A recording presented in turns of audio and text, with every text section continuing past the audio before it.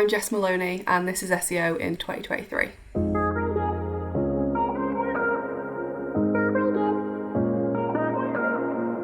Jess, what is your number one SEO tip for 2023?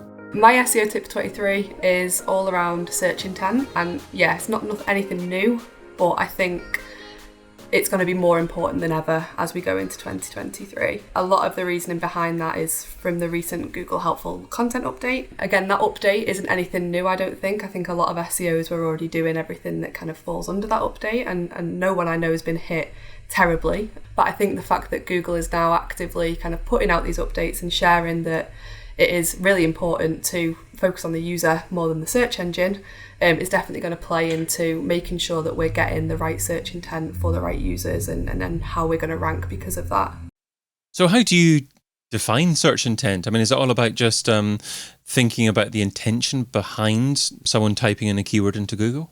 Yeah, absolutely. I think there's a typical kind of 4 search intents that everyone would typically talk about. So navigational, commercial, transactional and informational. But I think there's going to be a lot more nuance around that. So while everyone's kind of focused on these 4 previously, I think going into the next year, we're going to have to kind of get a bit more, kind of deep dive into these a bit more to determine kind of what people are actually searching for. So for example, if someone is looking for a website, so maybe navigational or a commercial intent and looking for a certain brand, are they actually just looking for that website, or are they looking for reviews of that brand, or are they looking at where they can find it in store? And I think there's a lot more kind of nuance to these intents that we've maybe previously not considered. Is it possible or is it reasonable to ask a tool to automatically categorize intent, or should intent be categorized on a manual basis? I think tools can be helpful, but I don't think there's any kind of exact way that they can really know. There are a lot of tools that do this at the minute, kind of SEMrush, Moz, that are kind of providing this intent to users. But when you actually kind of drill down and look at them, it's not always kind of what you would say when you would look at it manually. So I would always say to look at intent kind of manually and not only look at what the search engine's presenting, but bit of common sense, bit of kind of your own logic. What do you think people are searching for when they're actually putting in that search query? Okay, I think it's probably worthwhile kind of going through them and then just making sure that everyone is comfortable with exactly what you mean by each different type of intent. So, I mean, you started off there by focusing in on navigational and explaining that, you know, it's someone that's looking for something specific like a website there. With informational, for example, do people have a brand in mind? Do they just have a general query in mind then? So yeah, informational I would typically say is people who are searching for who, what, where, why and how, kind of question-based inquiries. So what about commercial intent then? What does that mean? So commercial is a lot around kind of the different brands and kind of searching for something within that brand. So looking for potentially a brand, like something branded, like where you can find those certain brands, whether that is kind of like, I suppose, Nike on a different kind of, within a different store and things like that. Understood. And then lastly, transactional? Yeah, so transactional is around about the kind of people who are wanting to buy something. So they are at the kind of buying stage in that funnel. So whether that is they are looking for the best price, or they are looking for kind of where to buy certain things. And when they are at that stage, they are ready to purchase down that marketing funnel. Okay, great. So we fully understand what each stage of intent is about. Now, I guess the next stage is to actually map content to fulfill exactly what people are looking for, and that's probably the tough part, because you may have, I guess, multiple pages on your site targeting different stages of intent. So how do you decide on what content to write for a particular search query? I think when looking on a kind of query by query basis, typically one of the like kind of common things that people do is look at what Google's presenting as the result. So if Google typically thinks people who are searching for something are kind of targeted towards a certain intent, typically people will start to write kind of content for that intent. And I think that's a great way to kind of see, obviously Google, that's where we want to kind of appear. So if Google thinks it's that intent, obviously it's a great way to go. I think something that people maybe haven't considered is the format of the content that we're creating. So For example, if you wanted to learn how to, I don't know, make a chicken soup, for example, you could go to Google and the top result could be a YouTube video. So traditionally, you see that, you think, okay, I need to make a video to kind of target this. But what you're not considering is the user at that point. So yeah, maybe 50% of people want to watch a video to learn how to make the soup, but you're just not considering the other 50% of people who may learn by reading. So maybe you want to consider making multiple pieces of content in different formats, whether that is kind of a list, whether that is a video, to target the different users within that same intent. And if you were to do that, would you want to incorporate all different forms of content on the same page or publish it on different pages? I think that'd take a lot of learning. I think sometimes one page might suffice. It could be a case that you create a video and you add a transcription of that video and that kind of covers all bases. Or you might want to create multiple pieces of content and think about kind of keyword clustering to kind of have maybe a hub, depending on what your topic is. How does Google go about determining that you have satisfied the intent of the user? Ooh, that's a good question. I think I don't think there's an actual kind of true answer to this because, again, Google is just using an algorithm. So they don't fully know if they are satisfying the intent. I suppose what they're looking at is how people, I don't know, they say they don't look at this, but how people interact with the website and if they are kind of, interacting with the site. I think it's more not kind of for Google to consider that, but for the kind of website owners to consider how the search intent is being hit.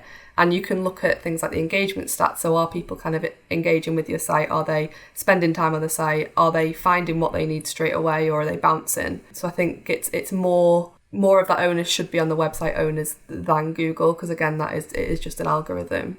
It's tricky because officially Google doesn't have full view on what the user does on your website when it comes to taking that information into whether or not that page satisfies that intent or satisfies the user and should be ranked highly in search engines. So I guess looking at the data that Google does have access to, I was thinking that it would be simply about click-throughs from the SERP and whether or not that user comes back to the SERP fairly quickly, and that is an indication to Google that probably hasn't satisfied the intent. But then again, I guess certain queries just require a very quick answer and the user could be satisfied within 5 seconds of visiting a site. Yeah, absolutely. And I think that kind of also plays into a lot of the stuff about the no-click searches. So obviously websites now have to make sure that they are getting clicks through and satisfying that search intent, and in encouraging the click as well is really key, because a lot of what people can get from Google, from the SERP, is all they need. So it's about kind of giving them a little bit and enticing them to kind of come for more. Can it not be an SEO win if the answer appears from your site directly on the SERP and then the user is satisfied with that, or does that not count? I think it depends on what kind of website it is. If you're looking for brand awareness and you just want your name out there, that'd be great because people will remember your site and hopefully come back direct. I think if you're kind of at the stage where you want people to click through and do something on your site, whether that is buy something, submit a lead, something like that, when you're not getting the clicks because you're not targeting the right maybe keywords with the right intent, that's kind of an issue.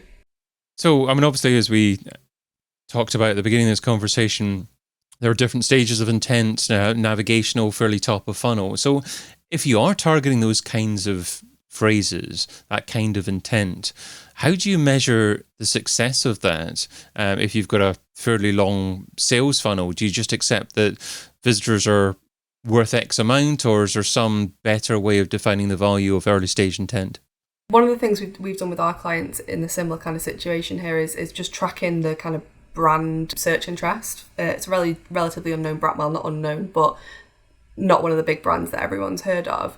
And we've been really driving content to get that top of the funnel stuff, and we can start to track kind of search interest in their branded terms. and see how their impressions are growing, and see how, using Google Trends, looking at kind of how that is growing over time as well. And we also start to look at repeat users and what they're doing. So when people are coming back, whether that is through organic again, or we can see it's from kind of direct, then what they're doing and what that next stage is.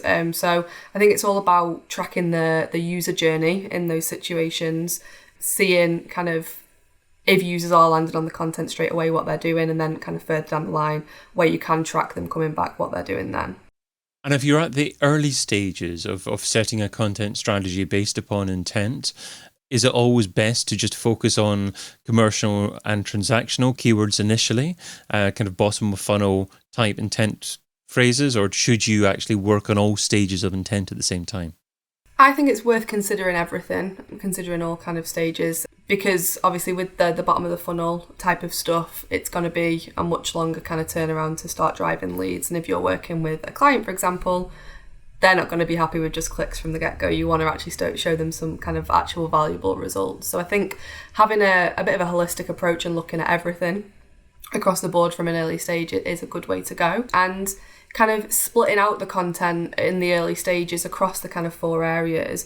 And from that stage, if you start testing early on, you can start to see kind of what's working well for your brand, what isn't, and also looking at that user journey from the different types of content and use that to inform the rest of your content strategy. Right, okay.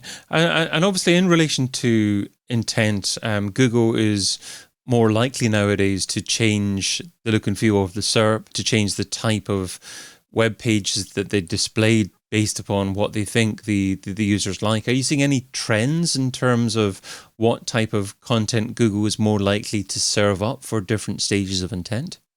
I think across the board, it depends massively on the kind of the different areas.